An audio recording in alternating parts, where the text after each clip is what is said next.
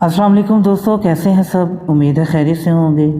तो दोस्तों, आज हम बात करेंगे एक ऐसे मशरूब के बारे में जो दुनिया में पानी के बाद सबसे ज़्यादा पिया जाने वाला मशरूब है। जी हाँ दोस्तों, आज हम बात करेंगे चाय के बारे में और जानेंगे चाय की दिलचस्प तारीख़ और बात करेंगे कि आखिर चाय की दरियाफ्त किस तरह हुई। जानने के लिए वीडियो को एंड तक देखें और मेरे यूट्यूब चैनल को जिन्होंने सब्सक्राइब नहीं किया वो ज़रूर करें, ताकि इसी तरह हिस्ट्री से मुतल्लिक आपके नॉलेज में इजाफ़ा होता रहे। तो चलिए दोस्तों, वीडियो शुरू करते हैं।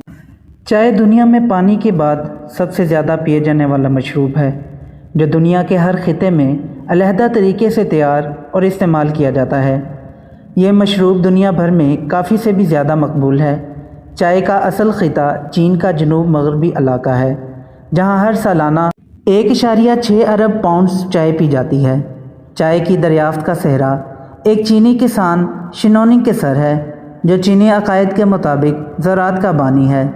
अपने एक मजहबी सफ़र के दौरान इसने गलती से जहर से भरी एक जड़ी बूटी खा ली, जिसके बाद वो मरने के करीब पहुंच गया। इसी वक्त एक पत्ता हवा में उड़ता हुआ शिनोनिंग के मुंह में चला गया। शिनोनिंग ने इस पत्ते को चबा लिया और इसी पत्ते ने इसे मरने से बचा लिया। यही पत्ती चाय का पत्ता था, जो आगे चलकर दुनिया के मकबूल तरीन मशरूब की हैसियत से इख्तियार किया गया। गो के चाय किसी भी जहर का तरियाक नहीं, ताहम शिनोनिंग की इस कहानी के बायस, जिसे मौरखीन एक दास्तान भी करार देते हैं, चाय चीनी मजहबी अकायद और रवायात में एक अहम दर्जा रखती है। माहिरीन आसार कदीमा के मुताबिक चाय की पहली काश्त इसी खिते में तकरीबन 6000 साल कबल की गई थी। इस वक्त मिस्र के फ़राइन को अहराम मिस्र तामीर करने में भी अभी 1500 साल का अरसा बाकी था। चाय को इब्तदा में खाने के तौर पर इस्तेमाल किया जाता था, कहीं इस पौधे को बतौर सब्ज़ी इस्तेमाल किया जाता था और कहीं इसे गंदम के दानों के साथ मिलाकर इस्तेमाल किया जाता था। खाने से मशरूब की हैसियत चाय ने सिर्फ 1500 साल कबल इख्तियार की, जब किसी ने हादसाती तौर पर दरियाफ्त किया कि हरारत और नमी के ज़रिए इन पत्तों से नहायत ज़ायकेदार मशरूब तैयार किया जा सकता है। चाय के मुख्तलिफ़ इस्तेमालात के तवील इर्तिका के बाद बिलाखिर गर्म चाय ने मशरूब की स्टैंडर्ड हैसियत हासिल कर ली। उस वक्त चाय के बहुत सारे पत्ते लेकर इन्हें पीस कर पाउडर की शक्ल देने के बाद गर्म पानी में मिलाया जाता, जिसका इब्तदाई नाम मौचा या मेटचा था। यह मशरूब चीन में नहायत तेज़ी से मकबूल हो गया। बहुत जल्द इसका तज़किरा चीनी अदब और शायरी में भी किया जाने लगा, जबकि ये बादशाहों की पसंदीदा शय बन गया।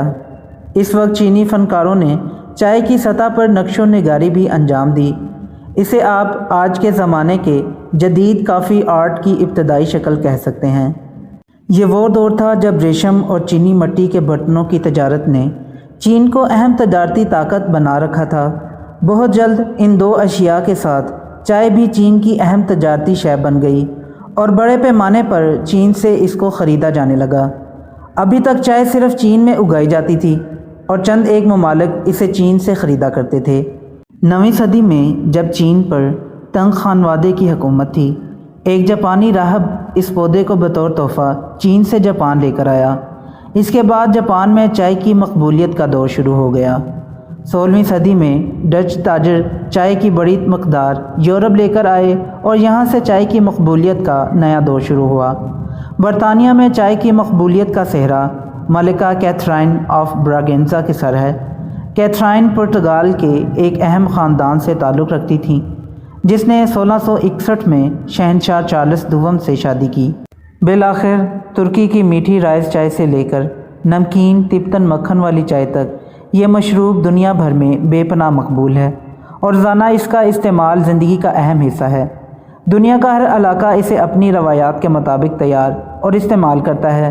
मुख्तलिफ़ ज़बानों में इसका नाम भी मुख्तलिफ है, ताहम चाय की जिस्म और दिमाग को ताज़ा दम करने और फरहत बख्श एहसास दिलाने की खासियत यकसां है।